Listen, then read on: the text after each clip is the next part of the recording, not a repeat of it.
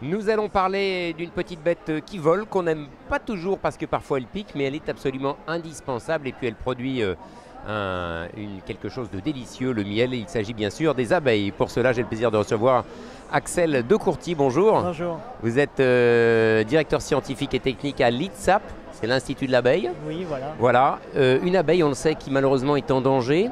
Et vous me disiez en préparant cette émission, l'abeille et l'agriculteur, ils sont main dans la main quelque part.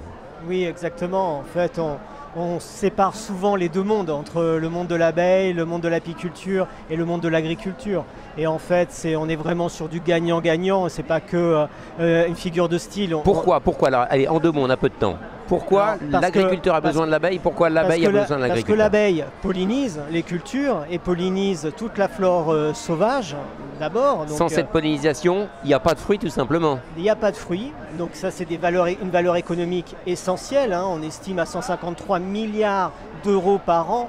Après, la valeur bénéfique de la pollinisation par les insectes. Un arbre fruitier qui n'a pas d'abeille, il ne fera pas de fruits en fait. C'est aussi simple que ça. Voilà, ou le fruit est mal formé, ou le fruit n'est pas bon. Donc ça touche à la fois à l'économie de notre alimentation, mais aussi à notre bien-être, parce qu'on a une alimentation qui serait moins diversifiée, bien sûr, et donc moins riche.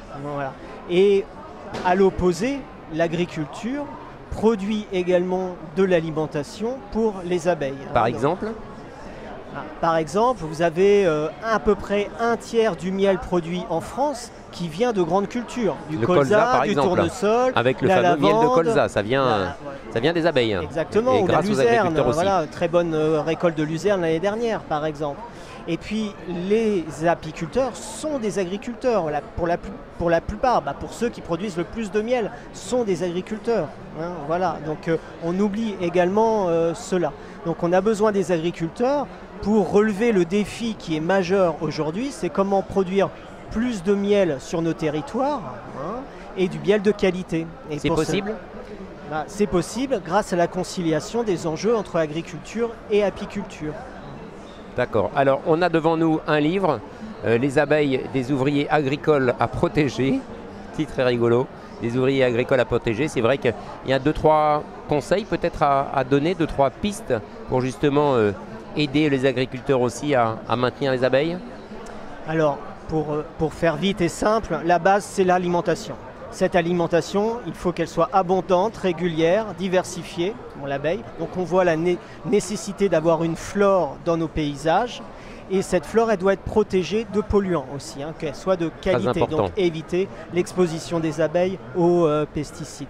Voilà. Et ensuite, il y a des leviers qui sont propres à l'apiculture pour mieux lutter contre les parasites, les maladies et les prédateurs.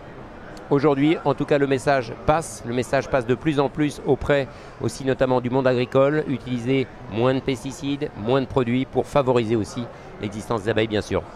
Oui, là, on a toujours eu des relations avec l'abeille, hein. L'homme a une grande histoire avec l'abeille. Aujourd'hui, l'abeille est plutôt emblématique de ce changement de système agricole, hein, pour protéger, pour produire notre alimentation moins impactante sur l'environnement. Merci Axel, et pour en savoir plus, un livre, donc Les abeilles des ouvriers agricoles à protéger, c'est aux éditions France Agricole et Acta Édition. Acta Édition, merci.